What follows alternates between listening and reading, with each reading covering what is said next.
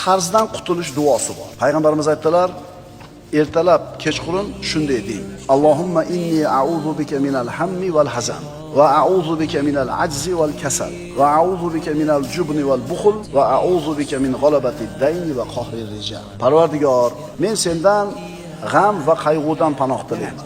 Ojizlik va dangasalikdan panoh tilayman. Baxillik va qo'rqoqlikdan panoh tilayman. Qarzning g'olib kelishidan va odamlarning zulmidan panoh tilayman. Abu Umoma roziyallohu anhu aytadiki, men shunday qildim, Alloh g'amlarimni ketkizdi va qarzlarimni to'ladi. Biz ham shu duoni yozib olamizda qog'ozga, yodlab olamiz. 3 kun, 4 kun, 5 kun o'qiymiz, keyin to'xtatib qo'yamiz.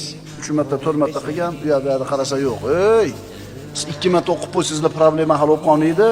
Siz ana shu payg'ambarimizning so'ziga iymoningiz komil bo'lib, mana shu ishni davomiy qilasiz. Alloh iltifot qilsa, xohlasa, ijobat qilib qarzlaringizni uzadi.